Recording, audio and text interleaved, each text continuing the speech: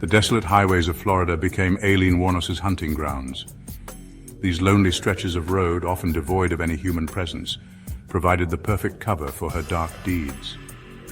Under the cloak of night, Wuornos would prey on unsuspecting men, turning these highways into her personal killing fields. Between 1989 and 1990, she left a trail of 7 male victims, their lives brutally cut short by gunfire. Each crime scene told a story of violence and desperation, with bullet casings scattered on the asphalt and makeshift memorials marking the spots where lives were lost. The brutality of her actions shocked the nation and left a lasting scar on the communities affected. Her motive, she claimed, was self-defense, alleging each man had raped or attempted to rape her. Wuornos painted herself as a victim of circumstance, a woman pushed to the edge by the relentless cruelty of the men she encountered. Her claims of self-defense added a layer of complexity to her case, raising questions about the nature of her actions and the truth behind her words. This is the story of Aileen Wuornos, the woman known as the Highway Killer. Her mugshot, with its cold, unflinching stare, became a symbol of her notoriety. But behind that image was a life filled with pain and suffering, a life that would ultimately lead her down a path of violence and death. Her life, a twisted tapestry of abuse, neglect, and violence, offers a chilling glimpse into the dark side of humanity. From a young age, Wuornos was subjected to unimaginable hardships, growing up in an environment where love and safety were foreign concepts. The neglect and abuse she endured left deep scars, shaping her into the person she would become. Wuornos's case captured the nation's attention. The media frenzy surrounding her trial turned her into a household name, with every detail of her life and crimes dissected and analyzed. The courtroom became a stage where the drama of her life played out, with the world watching closely. It sparked debates about the death penalty, the treatment of women in the criminal justice system, and the role of mental illness in violent crime. Activists and advocates used her case to highlight broader issues, questioning the fairness of the justice system and the societal factors that contribute to such tragic outcomes. Was she a cold-blooded killer, a predator who lured unsuspecting men to their deaths? Or was she a product of her environment, a woman driven to extreme measures by a lifetime of trauma and abuse? The duality of her persona left many grappling with these questions, unable to reconcile the two sides of her story. Or was she a victim herself, driven to desperate measures by a lifetime of trauma and abuse? Her tears and cries for help painted a picture of a woman in constant turmoil, struggling to find a way out of the darkness that enveloped her life. The truth, as is often the case, is complex and multifaceted. Wuornos's life and actions cannot be easily categorized or understood. They force us to confront uncomfortable truths about the human condition and the factors that drive people to commit unimaginable acts. To understand Aileen Wuornos, we must delve into the depths of her past, exploring the events and experiences that shaped her into the woman she became. Her childhood, marked by instability and suffering, set the stage for the tragic trajectory of her life. Each moment of pain and betrayal added another layer to the complex tapestry of her existence. Her story is not one of justification, but one of understanding the profound impact of a life marred by tragedy and despair. It is a reminder that behind every act of violence lies a story of suffering, and that true justice requires us to look beyond the surface to understand the deeper truths. It is a story that continues to resonate today, reminding us of the human capacity for both good and evil, and the urgent need for compassion and understanding in the face of human suffering. Wuornos' life and crimes serve as a stark reminder of the consequences of neglect and abuse and the importance of addressing these issues to prevent future tragedies.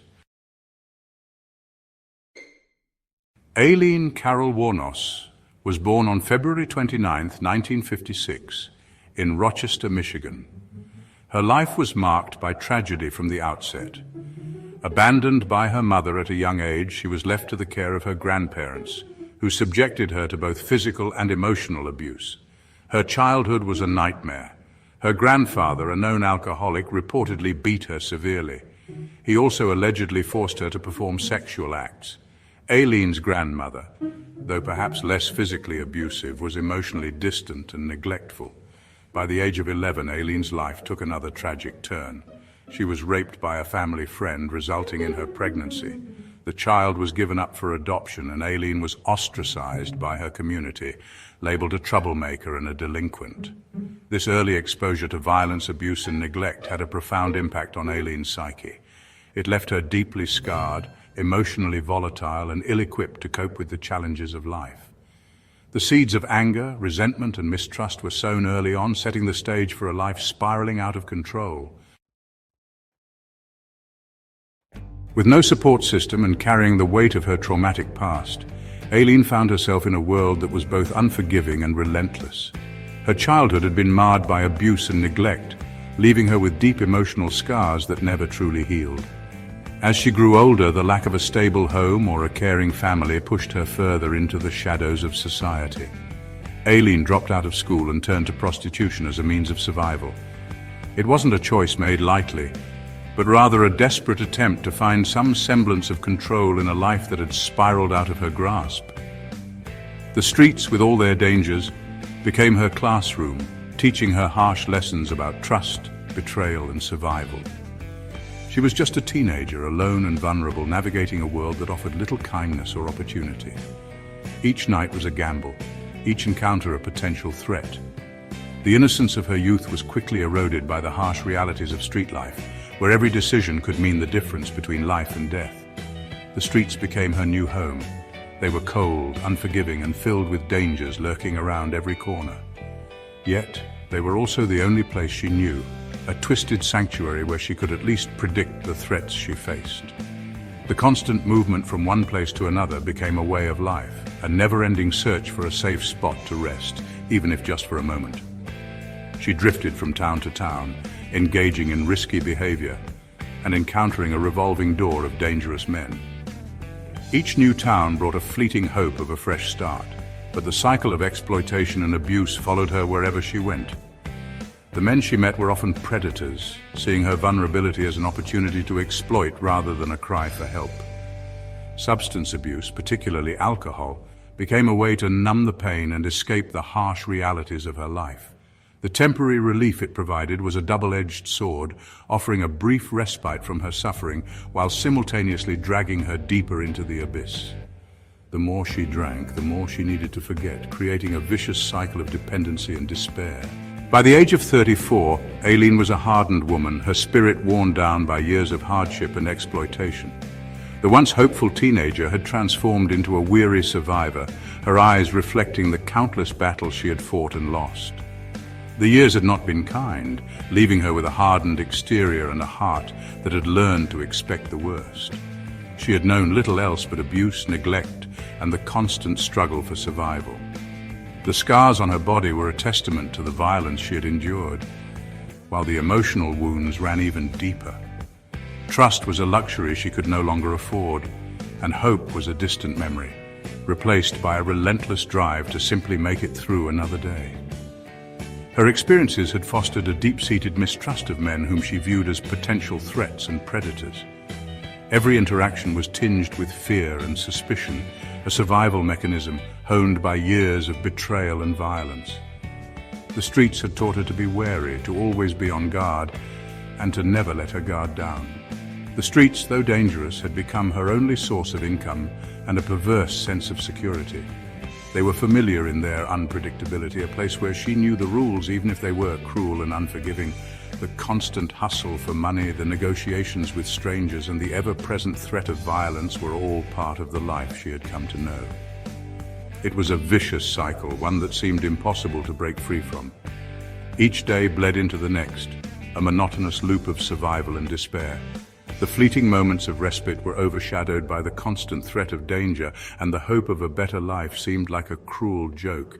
Aileen was trapped, her life a bleak reflection of the trauma she had endured. The streets had taken their toll, leaving her with little more than the will to survive.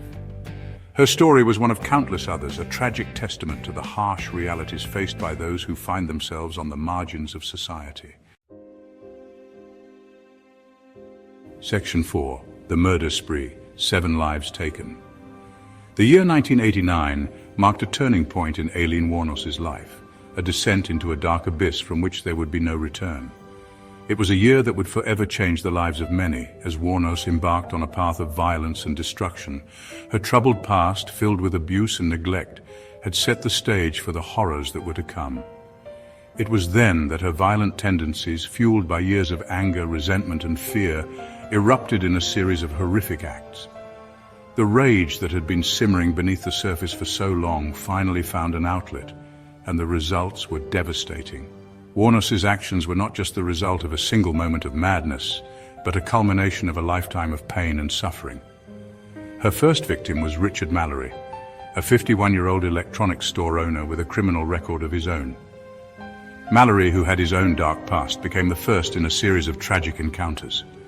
Wuornos's claim of self-defense would become a recurring theme in her narrative, a justification for the violence that followed. Wuornos claimed self-defense, alleging that Mallory had raped and beaten her. This claim, whether true or not, set the tone for the subsequent murders. Each encounter with a new victim would follow a similar pattern, with Wuornos portraying herself as a victim of circumstance, driven to kill in order to survive. She shot him multiple times and dumped his body in the woods. The brutality of the act was shocking, but it was only the beginning. The dense woods became a silent witness to the violence that had taken place, a grim reminder of the darkness that had taken hold of Wuornos's soul. Over the next year, 6 more men met a similar fate at the hands of Aileen Wuornos. Each murder was a chilling echo of the last, a pattern of violence that left a trail of devastation in its wake. The police were left scrambling to piece together the clues as the body count continued to rise. They were all strangers, picked up along Florida's highways, their lives ending in a brutal act of violence. The highways, once seen as a symbol of freedom and adventure, became a hunting ground for Wuornos. Each victim, unaware of the danger they were in, became another statistic in her deadly spree. Each time, Wuornos maintained she had acted in self-defense, claiming each man had either raped or attempted to rape her. This narrative of self-defense was her shield, a way to rationalize the bloodshed. But as the bodies piled up, the credibility of her claims began to wane. Her victims came from all walks of life: a construction worker, a rodeo worker, a security guard. They were ordinary men going about their daily lives unaware of the fate that awaited them. Each one had a story, a family, a life that was abruptly and violently cut short. They were husbands, fathers, sons, their lives cut tragically short, leaving behind grieving families and unanswered questions. The impact of Wuornos's actions rippled through communities, leaving a trail of heartache and sorrow. The families of the victims were left to grapple with their loss, seeking answers that would never come. As the body count rose, so too did the media attention. The story of a female serial killer was sensational, capturing the public's imagination and fueling a media frenzy. Headlines screamed of the highway killer, and the nation watched in morbid fascination as the details of Wuornos's crimes emerged. And Aileen Wuornos, the highway killer, became a household name. Her face was plastered across newspapers and television screens, a symbol of the horror that had unfolded. The public's fascination with her story was a mix of fear and curiosity, a desire to understand the mind of a killer. Her story a chilling reminder of the darkness that can lurk beneath the surface of everyday life. Wuornos's tale is a stark reminder that evil can wear many faces, and that the line between victim and perpetrator can sometimes blur in the most tragic of ways. Section 5. Aileen's modus operandi: deception and death. Aileen Wuornos's modus operandi was as calculated as it was chilling. She preyed on unsuspecting men, luring them with the promise of sex and companionship. Her weapon of choice was a .22 caliber pistol, small but deadly, easily concealed in her purse or waistband. She would often target men traveling alone, offering them a ride or agreeing to go with them for a drink. Once she had gained their trust, she would lead them to a secluded area, a place where she could act without fear of being caught. It was there, in the quiet isolation of the Florida backroads, that Aileen Wuornos would carry out her deadly deeds. She would shoot her victims at close range, often multiple times, leaving their bodies to be discovered by chance. Her crimes were marked by a cold-blooded efficiency, a chilling detachment that sent shockwaves through law enforcement and the public alike. Who was this woman capable of such calculated brutality? What drove her to commit such horrific acts?